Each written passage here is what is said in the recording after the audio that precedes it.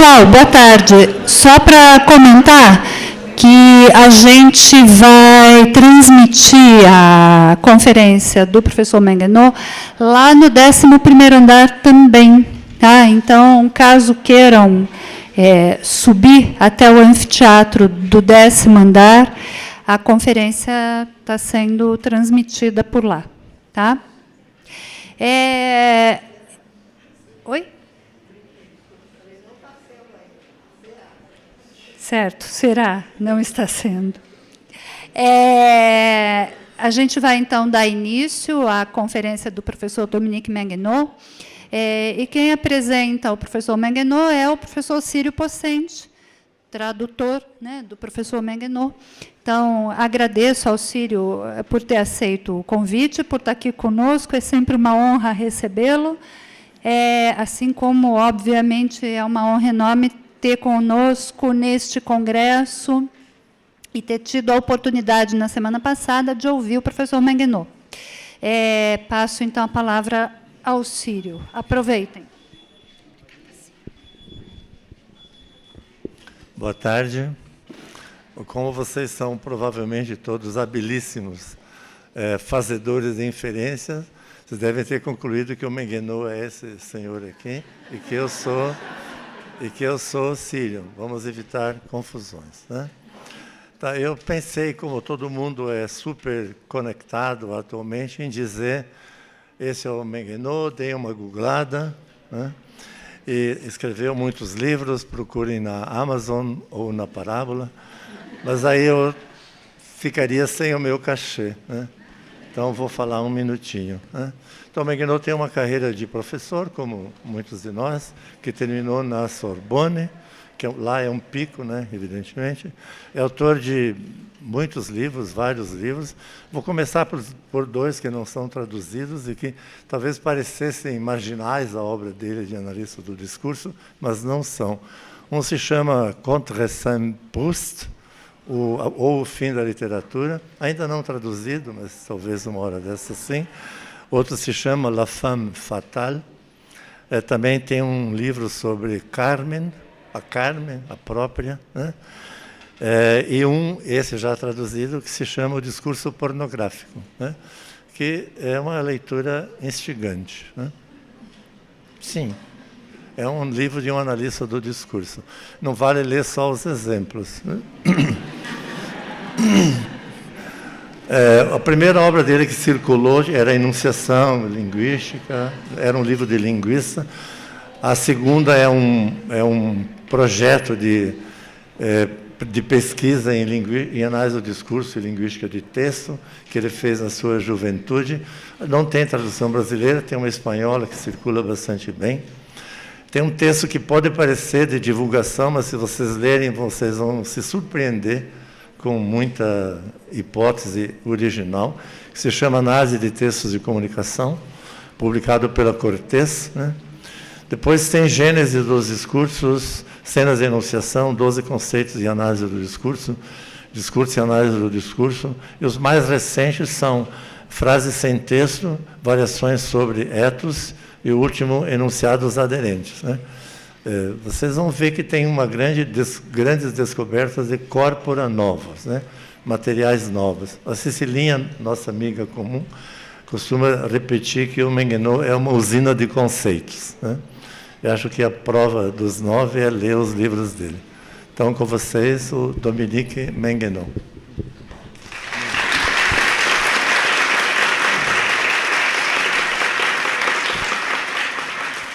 Bom, é sempre um privilégio ser apresentado por alguém que faz piadas, porque, em geral, é mais prosaico. Bom, quero agradecer aos organizadores, às organizadoras, porque, na verdade, parece que são mais mulheres que homens. Tem homem, por terem me convidado, mas tenho mais motivos de estar contente de estar aqui, porque tem uma diferença entre vocês e eu, é que eu vim para o Brasil, é sempre um privilégio estar aqui, porque vocês sabem que o Brasil tem um lugar especial no meu coração. E, bom, mas o inconveniente do convite é que devo dar uma palestra e estou bem consciente de que a maioria, a grande maioria das pessoas não trabalham na mesma área de pesquisa que eu. E, bom, pensei que era melhor evitar descrever um corpus, bom, discutir conceitos, bom. A única possibilidade que fica é falar, de modo um pouco geral, da comunicação linguística. Quero dizer que vou falar da relação entre o discurso e o que o filósofo Bruno Latour chama de não-humanos, os objetos e a tecnologia.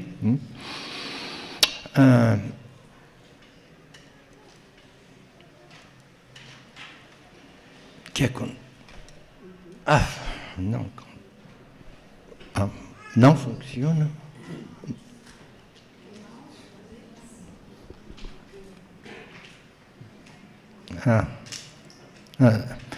Sou um idiota agora.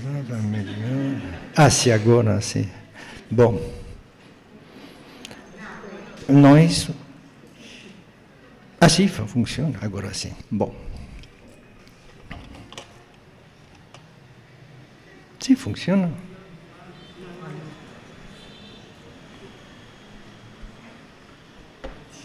É engraçado, eu falo da tecnologia e não funciona.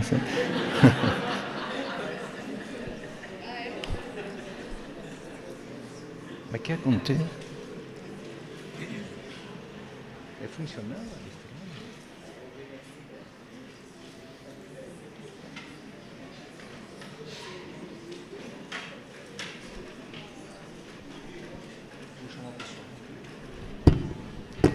Parece uma brincadeira, assim.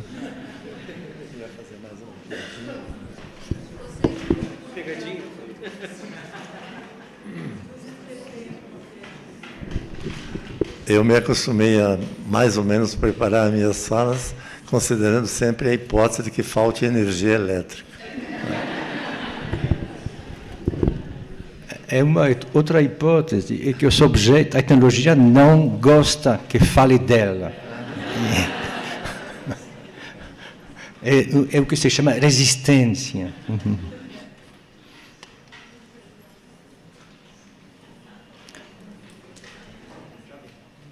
Porque o problema é que não posso falar da tecnologia sem tecnologia.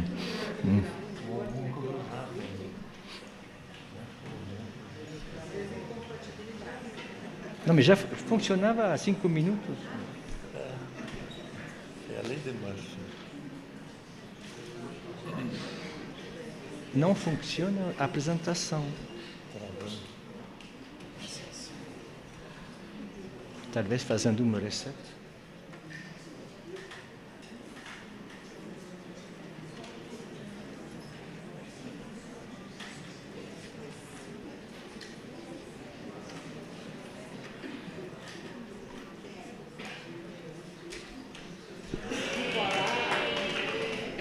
Não?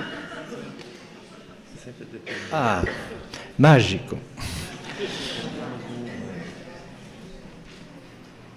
Bom, alors, na área de discurso se fala do discurso e dos discursos. É evidente que o problema é a relação entre os dois, porque o discurso é uma espécie de ser um pouco abstrato que existe só através dos discursos. Mas o problema é quando tem, digamos, uma espécie de incoerência entre o discurso e os discursos. Isso acontece em 2 casos. O primeiro é quando tem manifestação do discurso que desempenham um papel importante na vida social e que não são levados em conta pelos analistas de discurso. E outro problema é quando tem aspectos do discurso que são relevantes para entender o funcionamento do discurso, mas que não são integrados dentro dos modelos. E porque o problema desse discurso é que ela pretende, de certo modo, analisar a sociedade, mas não tem uma espécie de círculo, porque a concepção do discurso que temos é muitas vezes informado pelos discursos que analisamos. É normal, mas quando tem tem um abismo entre os dois, é problemático. Bom, o campo dos estudos de discurso podem ser divididos de modo muito grosseiro entre duas abordagens. Tem a abordagem norte-americana, tipo interação conversacionais, antropologia, etc. Então, e tem, por outro lado, o estudo mais europeu dos gêneros discursivos e, sobretudo, em campos, por exemplo, a política, a mídia, a educação, justiça, saúde, negócios. Acho que com isso você tem 99% dos trabalhos de discurso. Mas tem algo comum entre essas duas abordagens, é que privilegiam a dimensão verbal, né, e a relação entre seres humanos. Quase todos os modelos mostram figurinhas de destinatário, que são seres humanos que têm estratégias, influem sobre o outro, etc. Bom.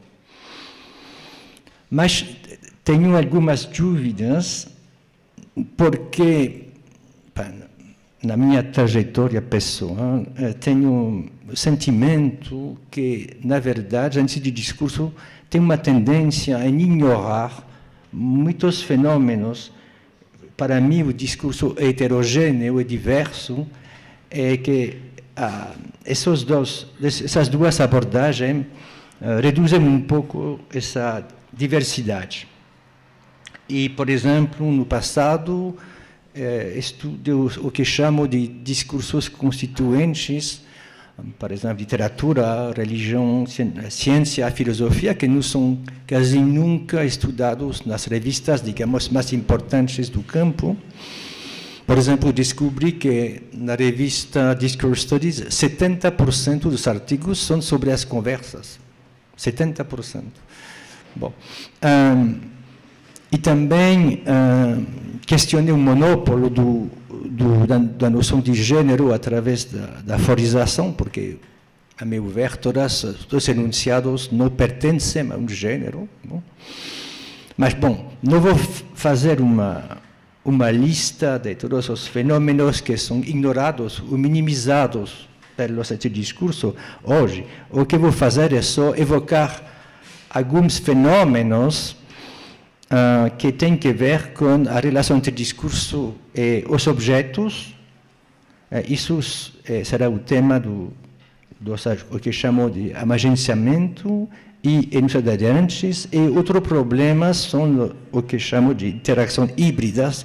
São coisas bem conhecidas, bem estudadas, mas o inconveniente é que muitas vezes as pessoas estudam isso sem dar-se conta que é uma espécie é um problema para, digamos, o modelo dominante desse discurso.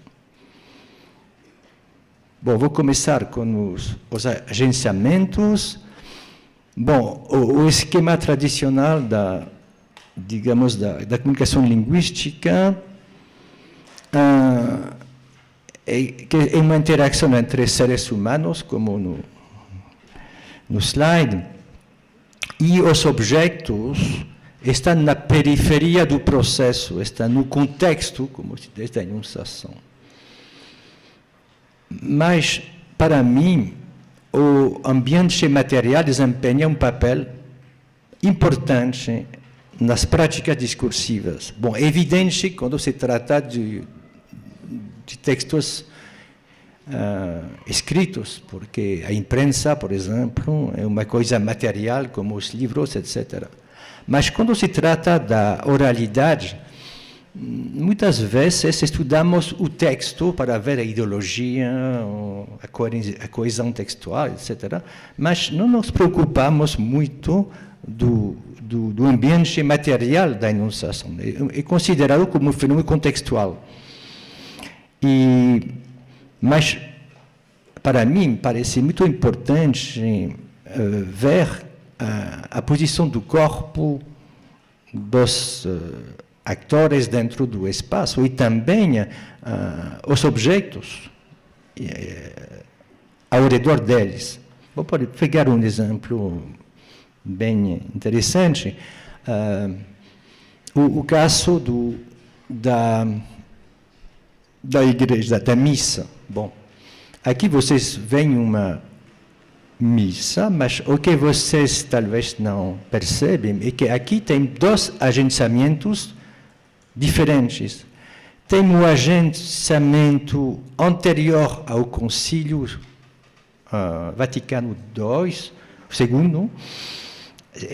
Isto é, por exemplo, vocês veem que o altar está no fundo, tem um confessionário, etc. Bom, mas isso era o agenciamento antes do concílio. Mas também vocês veem que agora tem um altar no meio do coro, né? E neste novo dispositivo, o padre olha o público. Antes não olhava Deus. De certo modo, se pode dizer. Mas, através desses dois agenciamentos, a gente vê que, na verdade, são duas visões totalmente diferentes da religião. Tem uma religião dirigida ao Deus, como uma espécie de hierarquia, porque o padre não olha os fiéis, é o mediador. E no outro dispositivo, o padre é um irmão que está no meio dos fiéis. São dois dispositivos totalmente diferentes. Mas estudar os textos da missa, etc., sem se ocupar da posição dos corpos, dos objetos, etc., não faz sentido. Bom, era só um exemplo. Outro exemplo, um processo judicial, uma entrevista de emprego, bom, implica um certo dispositivo. E muitas vezes analisamos corpos sem olhar a posição que ocupa o juiz no espaço, etc. É fundamental, porque a justiça se encarna através do espaço físico. Outro exemplo, qual é a diferença entre uma escola infantil e, digamos, uma universidade? Não é só uma diferença de conteúdo, é também uma diferença de organização do corpo e dos móveis. Aqui, por exemplo, as crianças estão sentadas, fazem um círculo e, bom, tem nada a ver com isso. Como se pode falar da palavra didática sem levar em conta essa diferença de organização do espaço?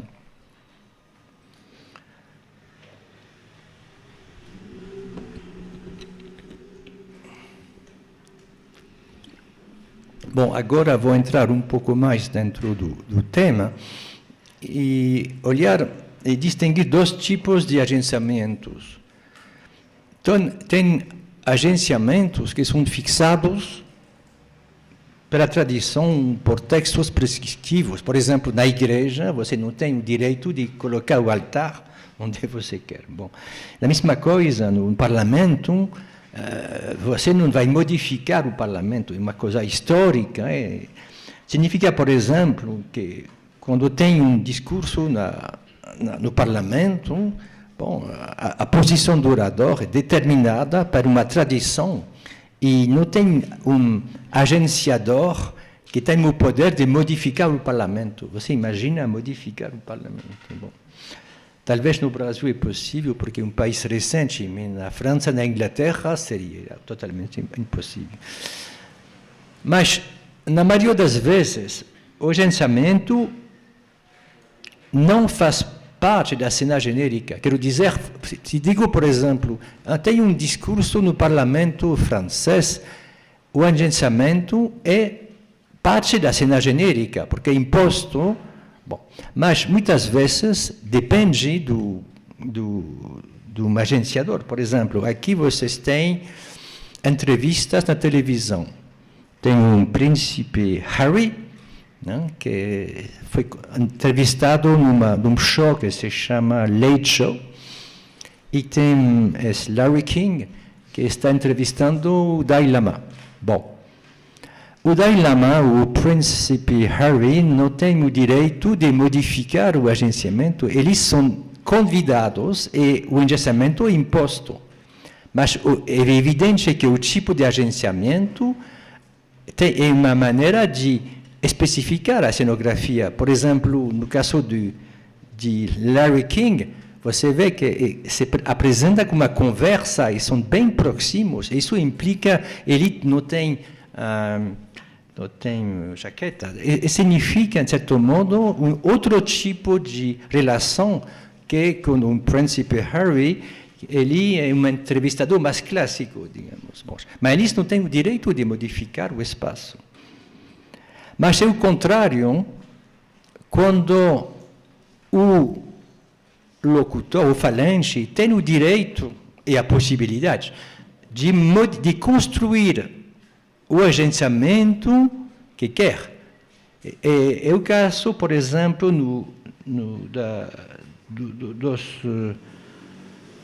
dos anúncios de candidatura, porque cada candidato escolhe o lugar e o ambiente a partir do qual está falando. É o caso, por exemplo, do Trump, o último Trump, que espero que não é o futuro Trump. E vocês veem que se apresenta como na frente, tem a mulher, muito importante, ao lado, e tem essas bandeiras americanas. Ele tem roupas da mesma cor que as bandeiras, branco, azul e vermelho. E, sobretudo, tem o slogan, e ele está mostrando, em certo modo, que ele encarna o slogan, etc. Bom, tudo isso para dizer que, na verdade, é um agenciamento que faz parte da cenografia que ele está construindo. E a interação, digamos, a articulação entre o discurso dele e o agenciamento e o slogan. O slogan é, ao mesmo tempo, um elemento do ambiente e o resumo do conteúdo da fala. Bom, a conclusão é evidente que o agenciamento restringe as cenografias que podem ser desenvolvidas. É evidente que não é obrigatório, mas é muito difícil não falar através digamos, do que está imposto pelo agenciamento. Bom, vou olhar um caso um pouco interessante, o caso da escola primária do passado na França. Mas imagino que este tipo de agenciamento existia também no Brasil. Até os anos 60, na França, o agenciamento na escola era totalmente inamovível. Você não podia... O professor chegava dentro de um espaço totalmente estável. Tinha o estrado, o púlpito, as mesas dos alunos não se podiam mover, etc., etc. É evidente que também tinha sempre os mapas e o globo, etc. E tudo era totalmente o mesmo em todas as escolas. Mas isso implica uma certa definição do professor, do ensino, etc. Agora vocês veem um texto de Foucault que comenta estes agenciamentos escolares. É uma conferência que ele deu na Bahia há muitos anos,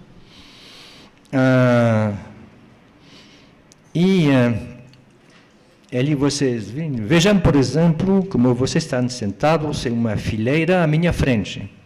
É uma posição que pode parecer natural para vocês, mas vale a pena lembrar que é um desenvolvimento relativamente recente na história da civilização e que no início do século XIX ainda era possível encontrar escolas em que os alunos ficavam em grupos de pé ao redor do professor que lhes dava uma aula. E isso, obviamente, significa que o professor não pode realmente supervisioná-los individualmente a um grupo de alunos e depois ao professor. Essas são trivialidades, mas são, no entanto, trivialidades muito importantes.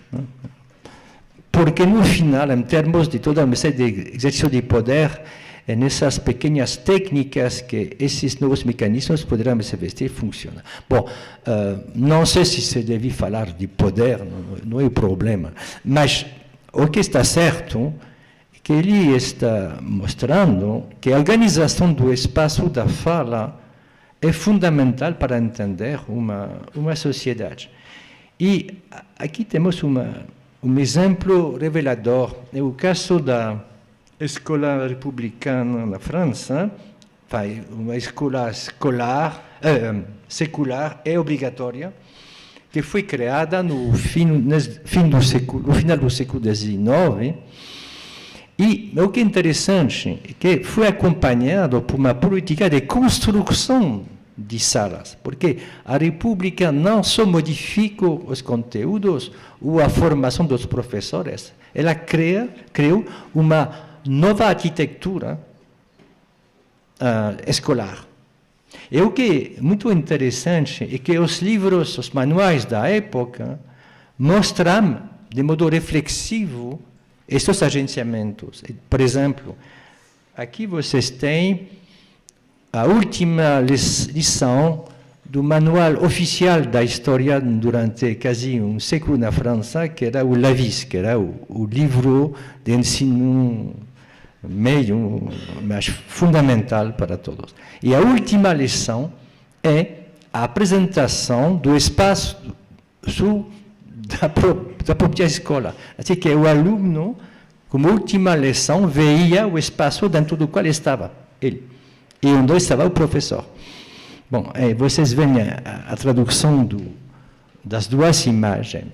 É muito interessante ver que, para esta ideologia, digamos, o discurso não é só um problema de conteúdo, é também o problema do espaço do conteúdo.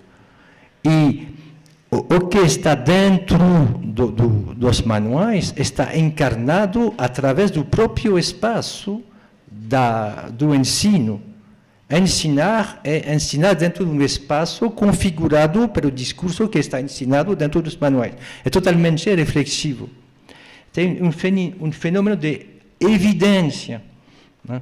É verdade porque o espaço no qual estou, em certo modo, é configurado pela a mesma semântica que o discurso próprio do sistema. E é muito extraordinário pensar que a última lição da história é o espaço da fala no qual está o aluno.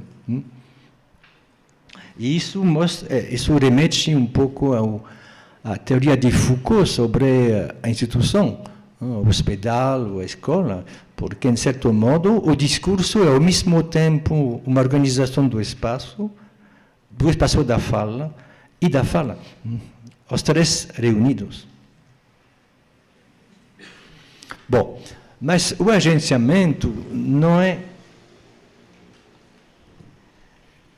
apenas uma organização do espaço, é também uma organização das condições que permitem que a fala seja audível e que o falante e a fala seja visível.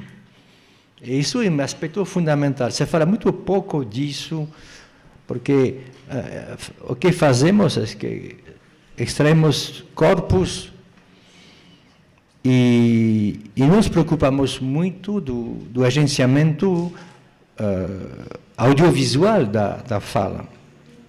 Por exemplo, vou pegar o caso da eloquência política. Bom, então, não tenho... Bom, falta um slide. Bom, tinha um slide que mostrava um orador socialista em 1900... Não, é outro. E não tinha microfone, era antes da Primeira Guerra Mundial. Ele urlava, ou gritava para ser ouvido para o público, que na verdade tinha poucas pessoas que ouviam o que dizia. Mas, 20 anos depois, é outro mundo. Você vê o chefe do Partido Socialista, Leon Blum, aqui, ele tem 12 enormes microfones.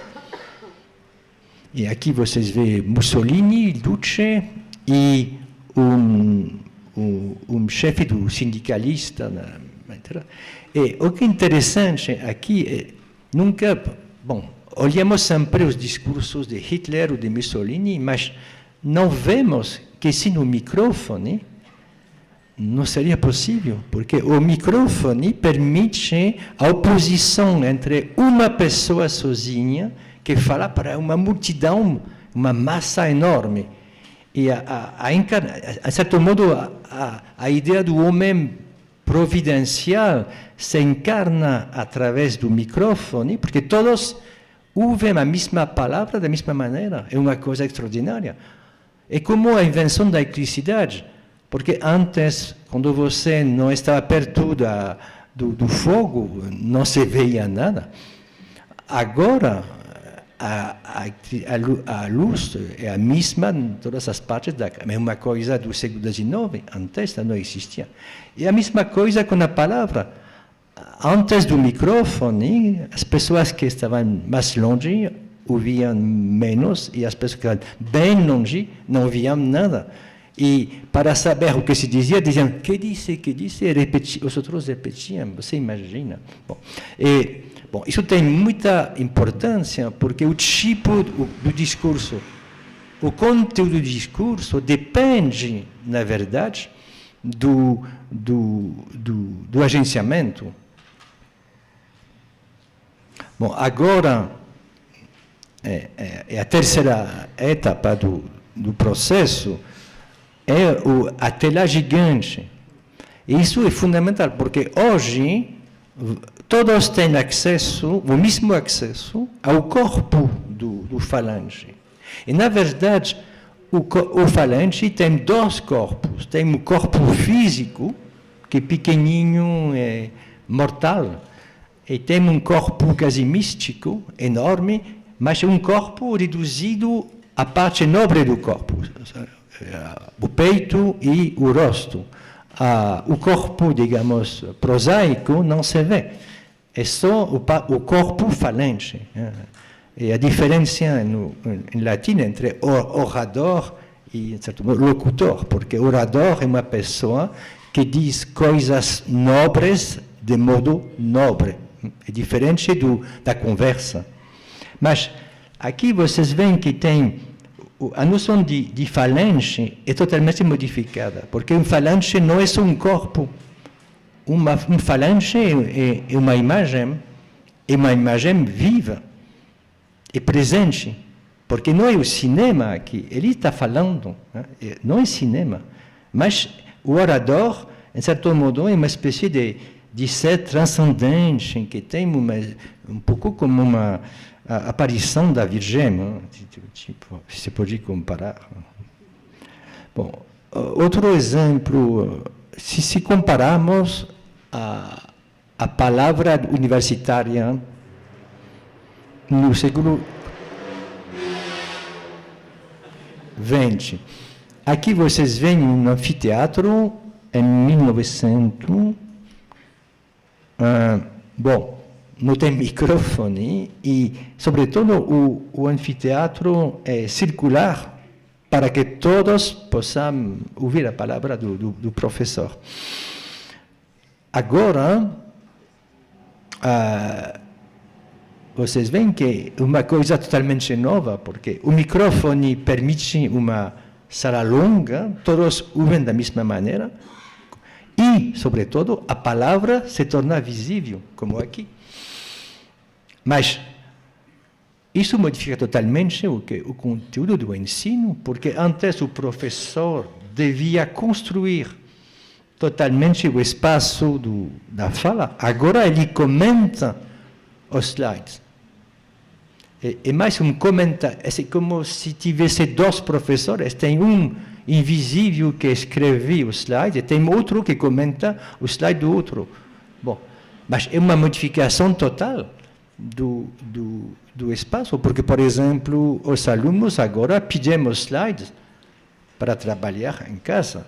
Assim que a noção de curso se modifica, porque o curso não é somente o feito de falar, também o curso é os slides que são deixados pelo professor. E uma pequena modificação do dispositivo modifica totalmente o conteúdo também, porque agora um slide é escrito, você não pode dizer, não disse isso, você não pode modificar.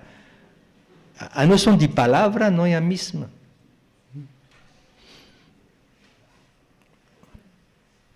Alors, levar em conta os agenciamento não significa que não se pode estudar os textos, mas significa que se você estuda só o texto, sem levar em conta o agenciamento, você tem de justificar a escolha. Por exemplo, uma análise lexical, você não vai precisar, mas não é evidente dizer o texto não é o discurso. O texto é o que deixa o discurso. Mas se deve justificar a ignorância, de certo modo, das condições materiais da fala. É verdade que se pode estudar os discursos de Hitler sem falar do microfone, mas o texto de Hitler não é o discurso de Hitler. Bom, a segunda problemática que implica os objetos é o que chamo de enunciados aderentes. Bom, o que é interessante é que estes enunciados proliferam no mundo, tem cada vez mais na sociedade, mas não prestamos atenção. Nunca vi, o único texto que vi sobre o tema era o do Sírio, sobre as embalagens. Mas é verdade que se estuda muito no marketing, evidentemente o packaging, mas estou falando desse discurso. Os discursos, estes textos, estes enunciados são ignorados. E por quê? Porque são considerados como parte das coisas. E como temos o preconceito que o discurso é uma troca entre seres humanos, pensamos que enunciados que estão sobre as coisas não são discurso. Mas é um preconceito. Porque, por exemplo, se vocês visitam a tumba de um faraó no Egito, os muros, as paredes estão cobertas de inscrição. E a tumba não é só as pedras, as inscrições são fundamentais para entender o sentido da tumba. Sem essas inscrições, não tem tumba. Bom. E a mesma coisa, você imagina um supermercado sem inscrição, sem nada escrito, como há 100 anos, 200 anos. Bom, exemplos, por exemplo, aqui vocês têm rótulos de museus, lá em casa, não sei como é no Brasil, mas nosso primeiro dia dos namorados, não? É interessante ver que cada vez mais as pessoas colocam enunciados dentro da casa. Por exemplo, você entra e está escrito bem-vindo, e tem, cada pessoa tem uma taça com um pequeno enunciado, etc. Bom, Outro exemplo, as embalagens, bom, é evidente, as placas de carro, bom, não tem fim. As tatuagens, agora quase todos os jovens têm tatuagens, bom, e não se fala disso. Bom, as camisetas, etc., etc.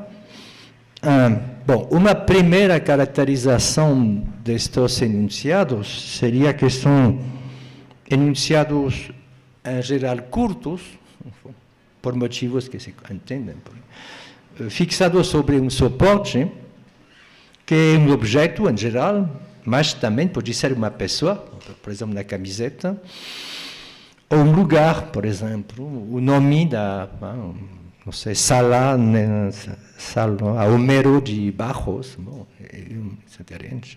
Universidade do Paraná. Tá bom. Pode ser uma palavra, um grupo de palavras, uma frase, às vezes um texto, um pedaço de texto, um logotipo, e às vezes são sequências de cifras e de números e letras. Bom, muitas vezes tem um vetor, significa que, na verdade, o enunciado não está no objeto, mas está num objeto que é o vetor do enunciado. Por exemplo, uma embalagem não é o objeto, mas é o lugar onde se coloca o enunciado. A placa do carro não é o carro, é o vetor do enunciado, etc. Bom, a relação de aderência é uma relação que implica que a sequência de sinais do enunciado sejam apropriados ao suporte. Por exemplo, vocês veem aqui um cartaz, um pôster, que indica que o proprietário do gato perdeu o gato e que tem se você acha o gato, tem um telefone. Bom, não tem nenhuma relação de aderência entre o cartaz e não sei o que é, o objeto no qual está colado. É verdade que, desde um ponto de vista físico, o enunciado adere ao suporte, mas não tem aderência no sentido semântico, porque o mesmo cartaz poderia estar colado em qualquer lugar, não importa o lugar. A noção de apropriação, de ser apropriado, tem dois sentidos. Bom, o primeiro é ser adequado. Bom, por exemplo, se você vê este produto causa câncer, é apropriado para cigarros. Bom, é evidente. Bom. Mas também apropriar significa apossar-se. Isso é fundamental, porque quem tem o direito de colocar o enunciado no objeto? Quem vai gerar a aderência do objeto? Quem vai autorizar a circulação do objeto? De certo modo, cada enunciado implica que tem uma relação de apropriação por um indivíduo, uma instituição. Vou pegar um exemplo.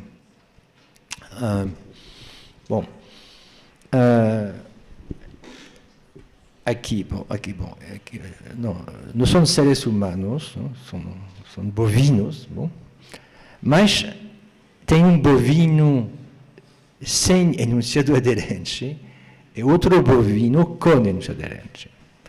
A minha hipótese está aqui, é que a presença do enunciado modifica o suporte, que o discurso tem o poder de modificar, não é o mesmo boi nas duas imagens. Não é só uma diferença de cor ou de raça, é uma diferença de estatuto social, se se pode falar do boi. Porque o que acontece é que a presença do enunciado transforma o suporte, cria uma realidade nova, porque, através do enunciado, tem a inserção do objeto dentro de uma rede de discursos e de instituição diversa. Vou pegar porque cada enunciado, a existência de enunciado aderente, implica duas coisas. A primeira é que se integre dentro de uma atividade reconhecida. Por exemplo, a embalagem implica que tem uma atividade de fazer compras. Bom. A placa do carro implica a circulação do carro nas ruas, etc., etc.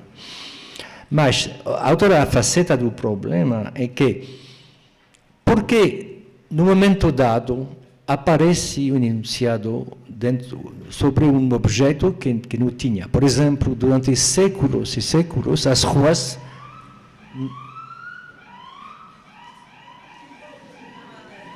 não tinham placa. Bom, os carros, nos primeiros anos, não tinham tampouco placa, etc., etc.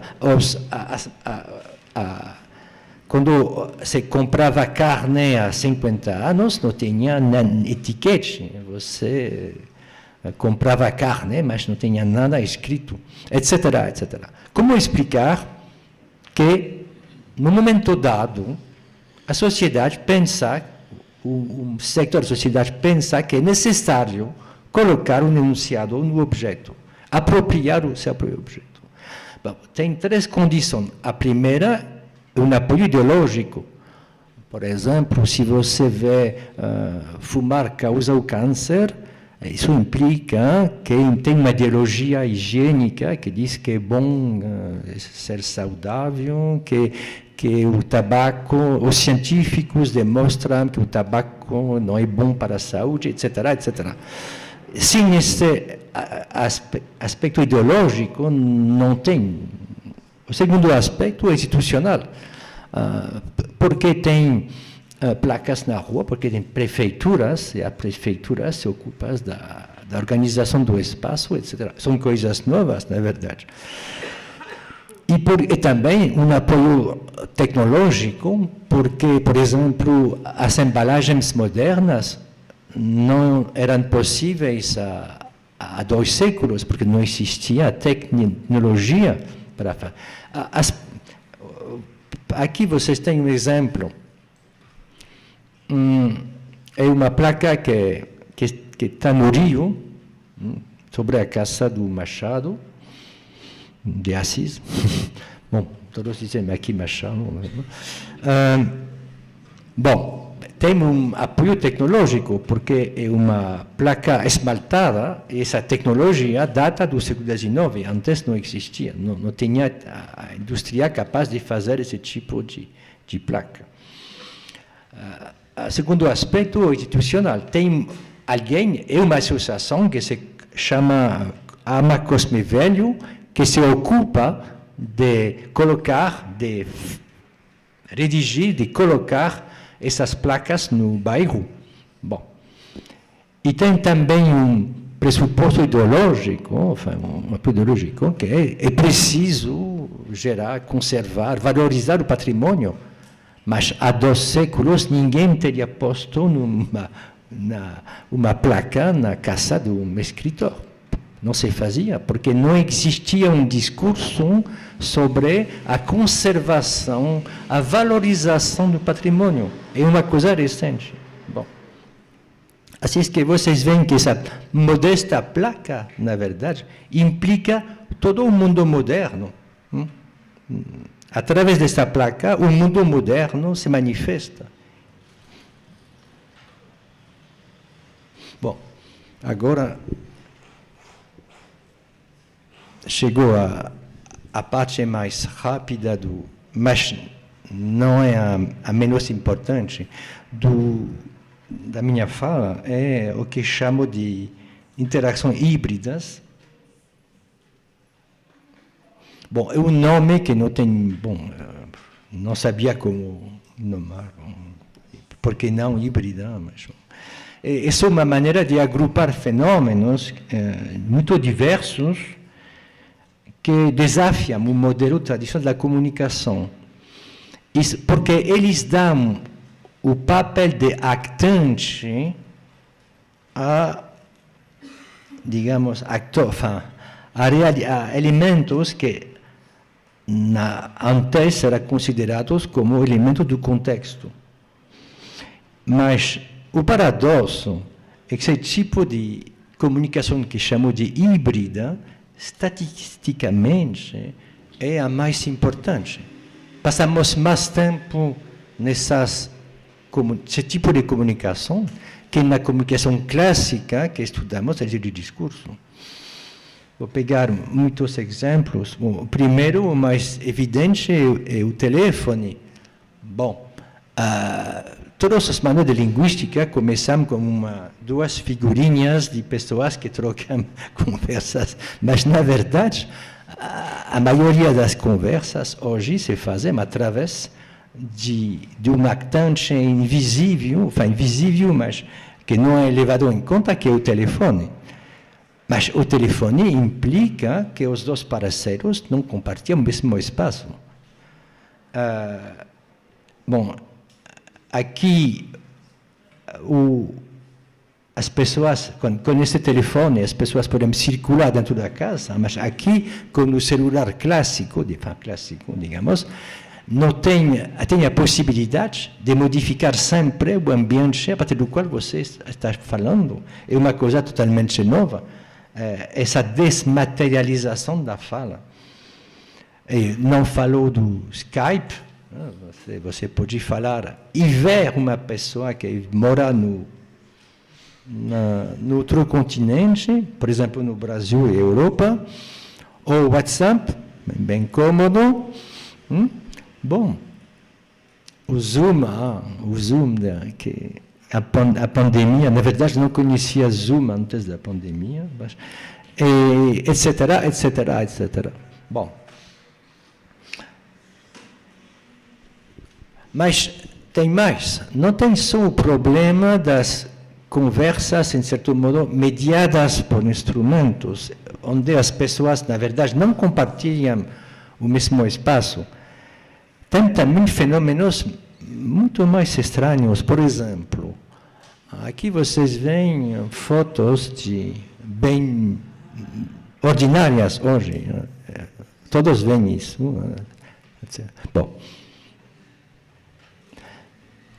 são conversas que acontecem aqui. É complicado porque, por exemplo, na foto da direita, não trocam, mas sabem que estão juntos, não, porque são agrupados, em certo modo, compartilham algo. Mas que compartilham? A presença, não sei, bom. Na outra foto, é mais complicada, é uma situação muito comum hoje. As pessoas falam a pessoas que têm um celular e falam, comentam o que se vê no celular do outro, ou cada um mostra o celular, etc. Alors, tenho outro exemplo, a família. Bom, você vê o jantar, o pai olhando o telefone, bom, são interações híbridas. Bom. E também a família, cada um tem a tablet, o telefone, e olhando do outro, comenta, etc. Mas, estatisticamente, acho que hoje, em muitas famílias, isso é muito mais importante que a conversa tradicional. E se poderia fazer uma hipótese um pouco estranha e dizer que cada vez mais não falamos para alguém que tem um celular, um tablet. E isso faz parte do círculo da conversa. As pessoas não falam para a pessoa, falam para a pessoa que está olhando, ou comentando, ou mostrando o que está no telefone.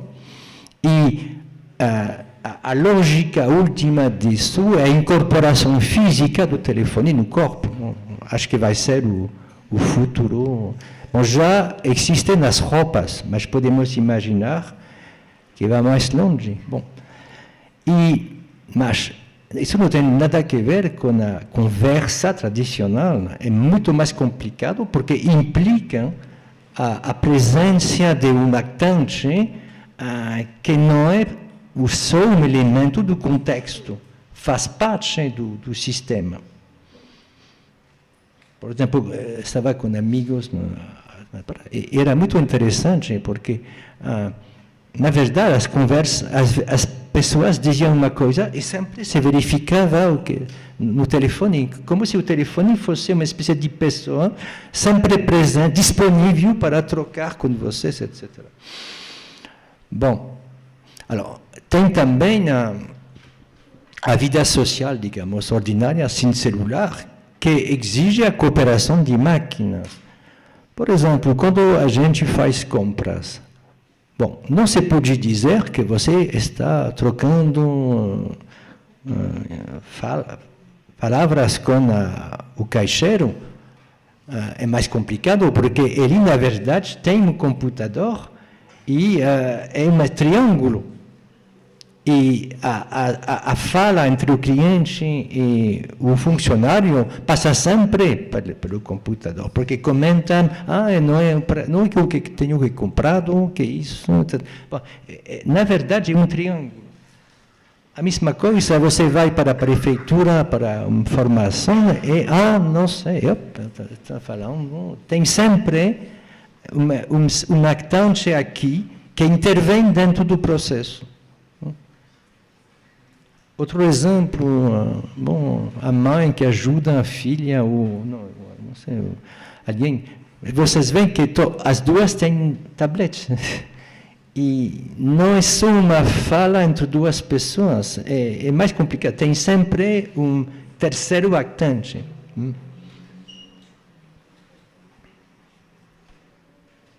Ou mais, bom, a situação bem.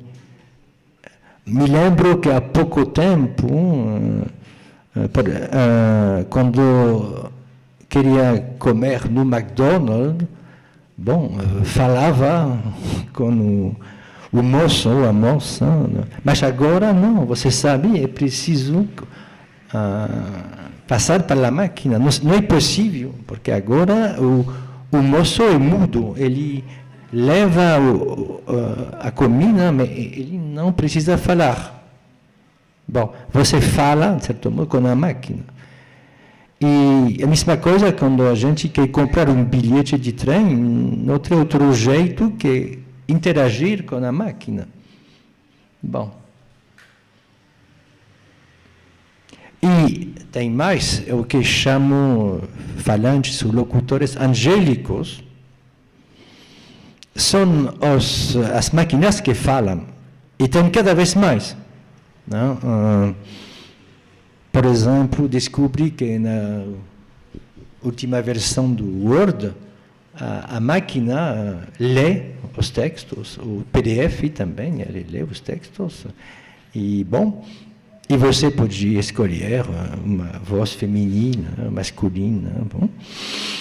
E também, vocês sabem que hoje os telefones respondem. Você tem de falar para o celular e ele responde. Bom, pode responder oralmente, pelo escrito, mas ele fala. Outros exemplos bem banais, o GPS, ele fala. Ou as caixas automáticas no supermercado, eles falam.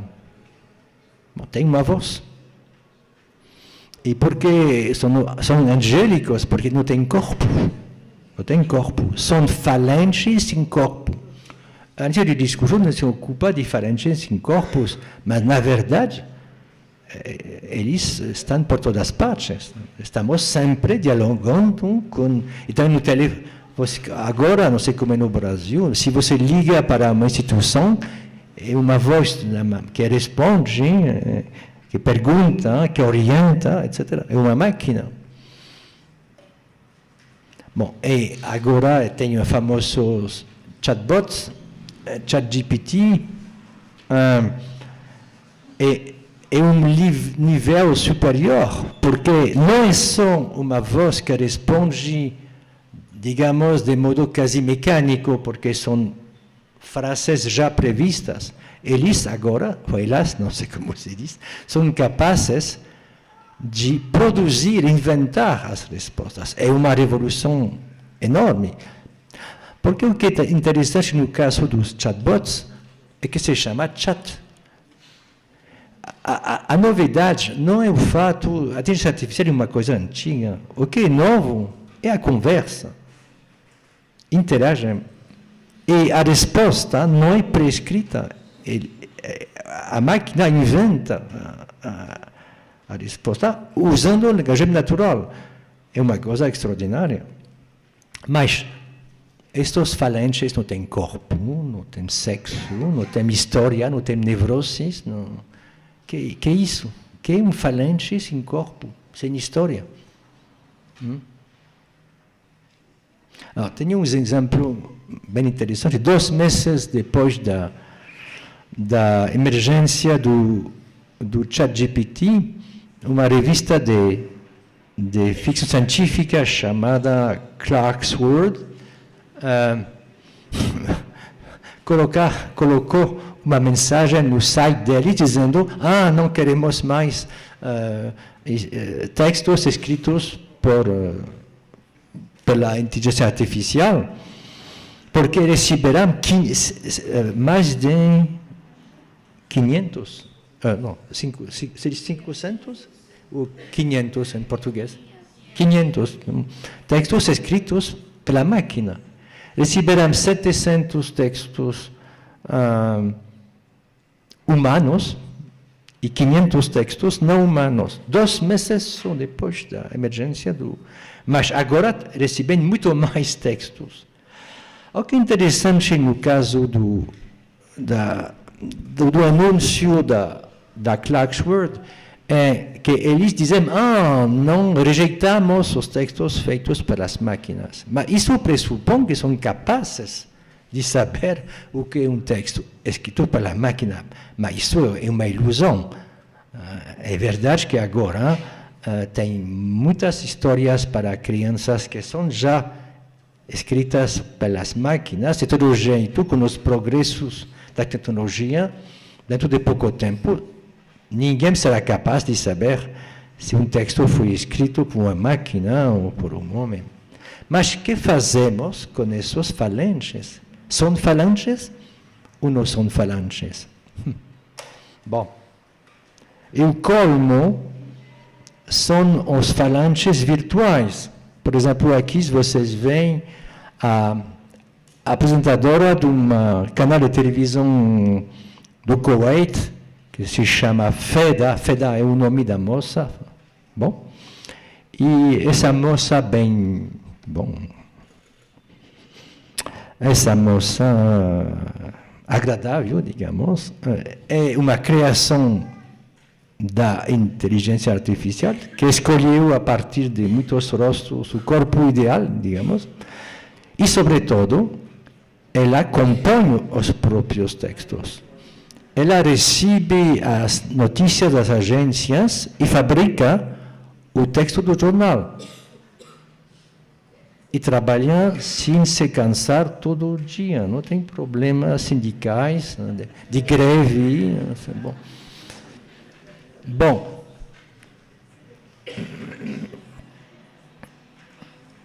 chegamos a uma pergunta um pouco evidente.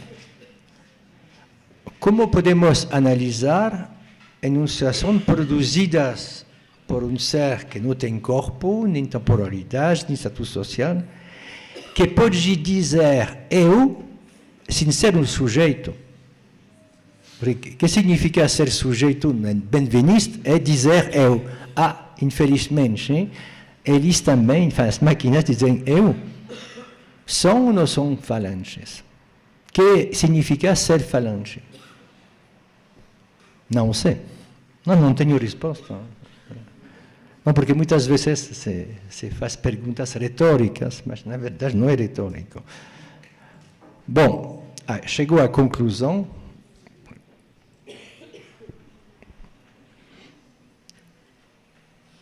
Bom, tenho mencionado vários fenômenos que, digamos, encarnam problemas para os estudos clássicos. Estamos bem longe dos corpos, digamos, tradicionais. Alors, o problema, o dilema do início do discurso é, bom, consideramos que isso é periférico, não tem importância, o que importa é a conversa e, bom, o escrito tradicional, ou consideramos que devemos levar em conta essa realidade nova, porque o risco é que, se consideramos que isso é periférico, perdemos o contato com a realidade, porque é um pouco esquizofrênico. As pessoas passam o dia inteiro com interações híbridas e o pesquisador não quer saber essa realidade. Bom, e a outra dificuldade, opção é levar em conta esses fenômenos. Mas aqui tem um problema, porque o que significa levar em conta? Significa modificar certos conceitos, preconceitos, pressupostos teóricos. Mas quais? Quais? E aqui chegamos a um problema mais amplo, o problema da fundação teórica de uma disciplina. Bom, você pode mencionar Bakhtin, Foucault, Peixoto, etc. Não tem problema, o Goffman. O problema é que eles não viviam no mesmo mundo, e que não podem responder a problemas que não existiam. Mas, ao mesmo tempo, não podemos dizer que o que eles dizem é vazio, passador de moda. Mas onde passa a fronteira entre o que fica, de certo modo, válido e o que não é válido? Não se sabe, porque acho que cada teórico vai colocar a fronteira onde quer.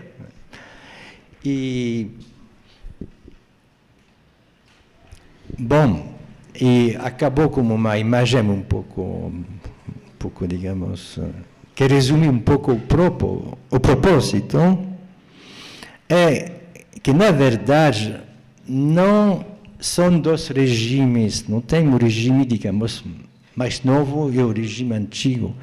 É mais uma interpenetração total dos dois regimes. O exemplo da pessoa que tem um celular, um bom exemplo, não podemos dizer, bom, tem a verdadeira conversa e tem a conversa com o telefone. Na verdade, tem uma interpenetração entre os dois. E a imagem mostra uma espécie de utopia. Vocês veem homens, bom, que são amigos das máquinas, dos objetos, bom, estão inventando relações novas, não são humanos, mas são actantes do mundo no qual vivemos. Bom. Acabei.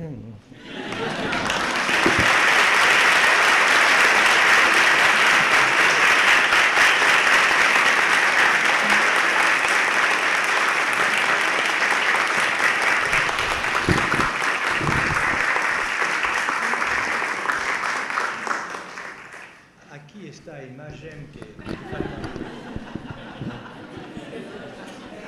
Aquela que faltou.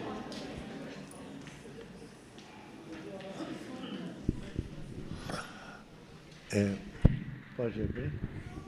Bom, temos um tempo, não sei quanto, me digam. Eu sou um robô aqui, né? É para eventuais perguntas, comentários. Eu repetiria aqui uma dica do Baronas, numa mesa que ele coordenou, é tipo, façam perguntas. Digamos, não outra conferência. Hoje é o dia do Mengenô, né? Hoje é o dia do Mengenô. Barona? Tenta. Ah, lá em cima, ó.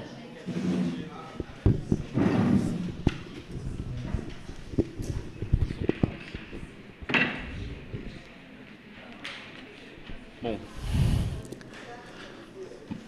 muita gratidão, Menguenot, pela tua conferência, né?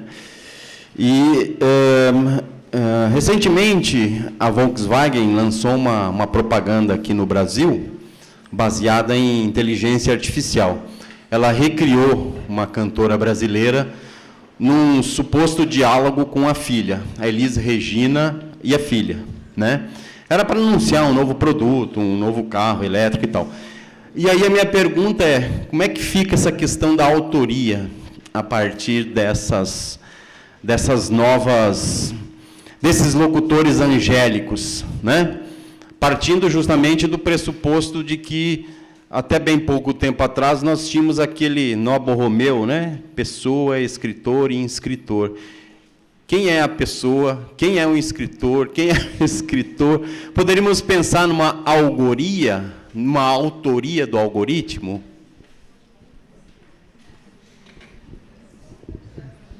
Não tenho resposta, porque os conceitos que temos não são adequados. Porque se pega o exemplo da inteligência artificial, bom, em certo modo, podemos dizer que tem um autor. É a equipe que fabrica o programa, mas, na verdade, a equipe não fabricou o texto que produziu. É uma situação totalmente nova. Não vejo... Bom, acho que com o tempo vamos construir uma rede de conceitos novos, mas é verdade que é um problema. Mas também é uma possibilidade de ver de outra maneira o passado. Porque teve, por exemplo, na França, há pouco tempo, um debate, porque um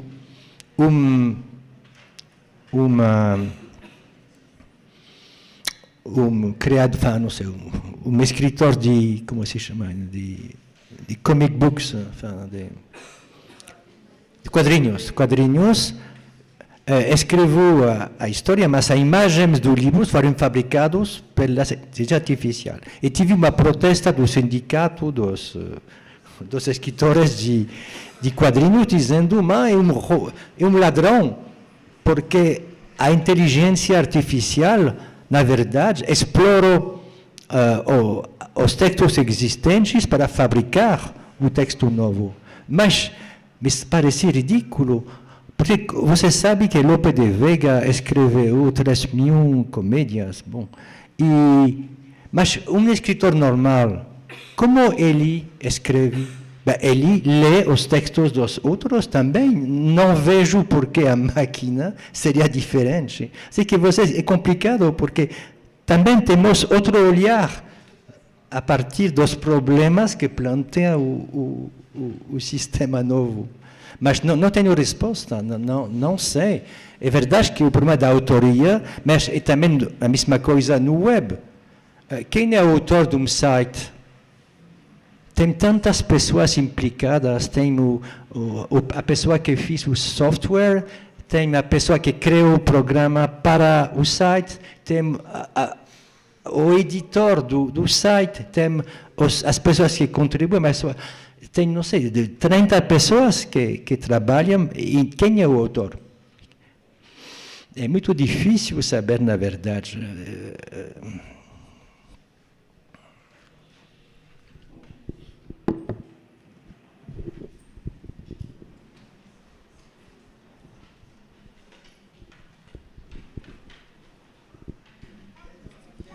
Chega? Não chega. Rodeio? Não. Isso. Não. Melhor. Tem razão. Obrigado. Tá bom. Boa tarde. Gostaria de agradecer, antes de mais nada, pela apresentação e trazer duas questões que me vieram com relação à exposição. A primeira delas é sobre agenciamento. A pergunta, ela diz respeito à leitura de duas situações com relação ao que nós chamamos de telefone. uma delas do telefone. Então, uma delas, o telefone celular, o tipo de dinâmica conversacional que se estabelece no celular, e outra no antigo telefone sem fio. Dentro das conversações do antigo telefone sem fio, não era raro haver diálogos que se estendiam por 1 hora, 2 horas, 1 hora e meia. As conversações tendiam a ser muito longas. No telefone celular, isso é uma raridade. Em geral, há uma fragmentação dessa conversa. Eu gostaria de entender um pouco o tipo de relação de poder que se estabelece a partir daí, ou seja, que tipo de coerções estão presentes. Aí me lembrou um pouco o Marshall McLuhan, né? Ou seja, enfim, as questões de e-mail e mensagem e tal, mas, ao mesmo tempo, que dinâmica é essa que se estabelece? Porque quando a gente viu as situações de agenciamento, muitas vezes era muito clara a relação de poder, enfim, e como isso influenciaria as interações. E aqui me surgiu essa questão. A segunda diz respeito à questão dos bots, né? Então, do ChatGPT ou do Bard, enfim, que me pareceu que se tratou como se fosse, de fato, algo absolutamente inanimado, algo que tem como característica trabalhar com reiterações. Ou seja, quando eu me inscrevo no ChatGPT, o chat ele vai aprender uma série de elementos que eu apresento na minha conversação.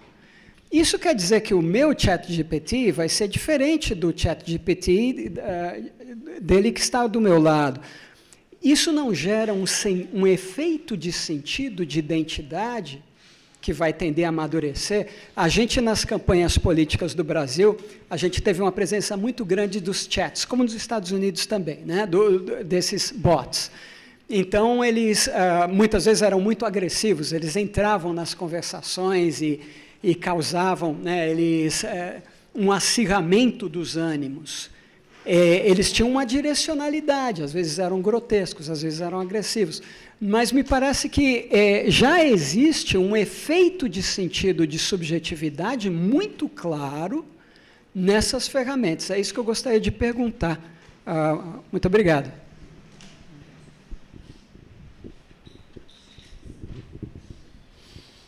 Na verdade, não fiz só uma lista de fenômenos, mas, bom, no caso do telefone, é muito interessante, porque é verdade que o telefone fixo implicava uma conversa tradicional.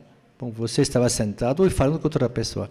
Agora, a noção de fala mudou, porque falar não significa estar sentado e falar para outra pessoa, significa você está fazendo outra coisa, combinando, não sei, fazendo cozinha, e, ao mesmo tempo, você está falando, passamos de uma fala, digamos, conversacional a uma fala de acompanhamento de atividades.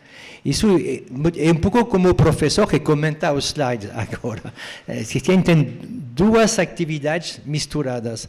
Assim que a noção mesma de falar mudou. Isso explica também porque dura menos, porque, na verdade, as pessoas não telefonam para dizer algo, mas telefonam para manter um contato. E como é muito fácil hoje mandar um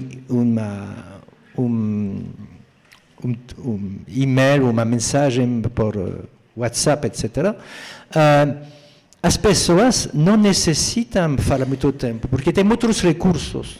Antes o telefone era o único vector, e também era um vector social. Agora, diria que é mais um contato que uma comunicação. Assim que tem uma troca, digamos, de universo. Bom, enquanto ao problema da dinâmica da subjetividade, não tenho resposta, porque o problema é que significa ser sujeito. Não, você está dizendo, por exemplo, bom, um troll, uma máquina pode criar enunciados, digamos, com emoções, agressividade, etc. Mas não sei se isso basta para dizer que é um sujeito. Que é um sujeito? Não sei.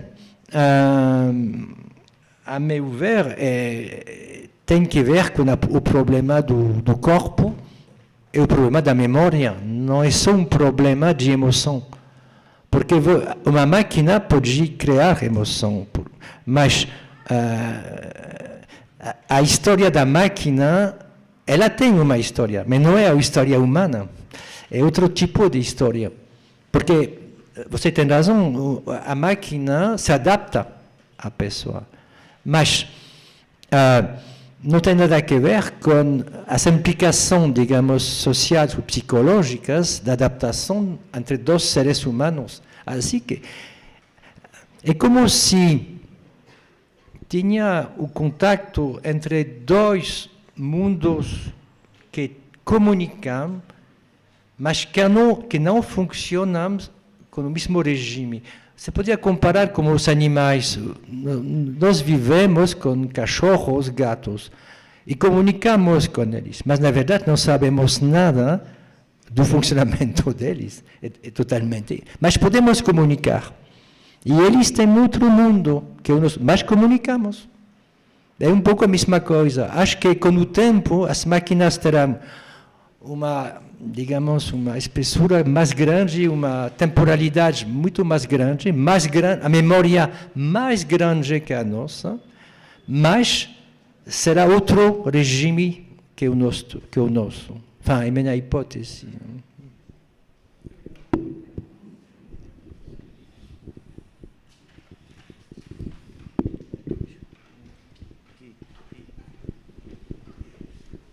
Oi, muito obrigada pela bela conferência. E eu queria comentar uma coisa. Eu uma vez ouvi uma conferência, era de uma que trabalhava com neurociência, com esse tipo de coisa, e a pessoa que a apresentava era um médico que também trabalhava nesse campo e que trabalhava com autismo, com coisas desse tipo. E ele, a partir da conferência dela, comentou que estamos perdendo a interação face a face, está desaparecendo, e que as pessoas já nem sabem mais como conversar, porque tem uma gestualidade própria, um modo de dirigir o olho, de olhar, tudo isso. E ele deu o exemplo de uma filha dele próprio, adolescente. Ele estava esperando a filha porque eles iam sair juntos, e a filha estava há mais de meia hora no telefone, conversando com um amigo que mora no mesmo prédio que ela, certo? E eles estavam no telefone conversando mais de uma hora. Bom, e aí ele interrompeu a conversa, falou, não, temos que ir agora. Ela ficou brava, mas parou, saiu, entraram no elevador, o elevador parou no andar onde morava o menino. O menino entrou no elevador, os dois nem se olharam, nem se cumprimentaram, não trocaram uma palavra, era como se nunca tivessem se visto, e parou o elevador embaixo, cada um saiu e foi para o seu lado. Quer dizer, não teve nenhuma interação naquele momento de forma alguma, certo? Quer dizer, então, até que ponto esta questão está alterando também postura corporal, todo esse tipo de relação com as pessoas, certo? Era isso. Hã? O celular, exatamente. Bom, acho que a resposta está na sua pergunta, porque, na verdade, você está dizendo que, bom, o corpo se adapta à tecnologia da comunicação, é evidente. E, por exemplo, na verdade, não é totalmente novo, aconteceu com a invenção da escritura. os livros de Goody ou de Hong mostram bem que a passagem do oral para o escrito não é somente uma diferença de suporte, é uma diferença antropológica. A maneira de falar foi modificada, etc. Bom, é verdade, mas agora vai ser pior, porque vamos ter várias manifestações do sujeito. Por exemplo, se o metaverso vai se desenvolver, mas no metaverso você tem um avatar, que é ou não é você, o avatar?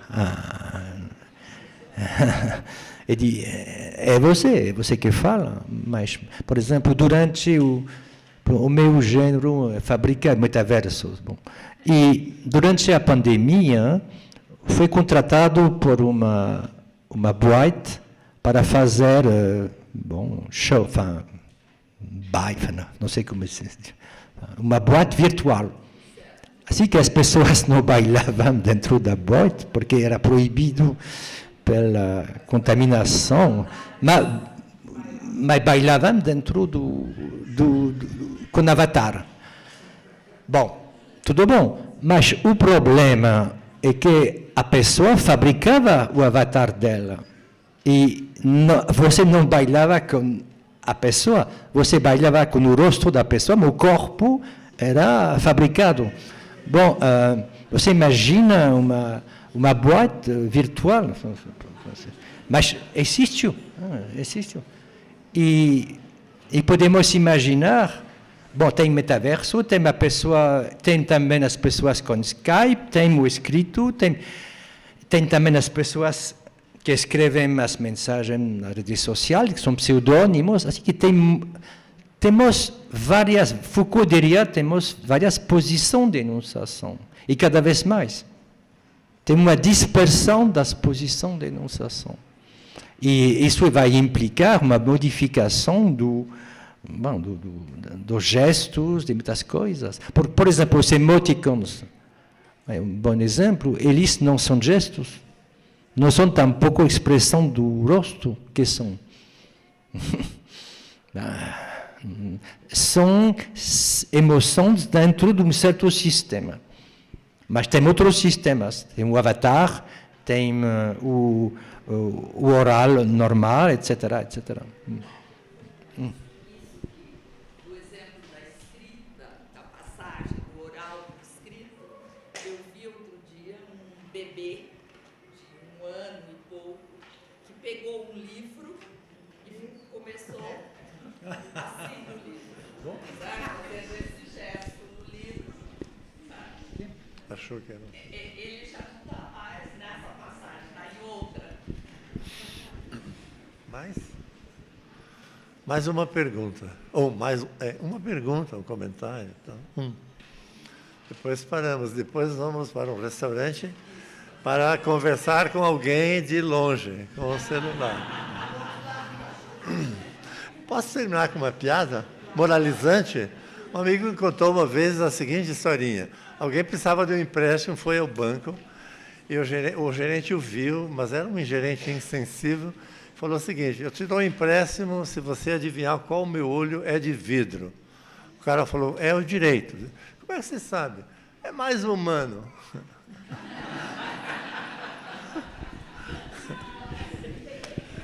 É que eu estava pensando, estamos achando que a subjetividade é um pouco a invenção e não sei o quê, mas muita gente diz sempre a mesma coisa nesse corpo humano. Né? Bom apetite.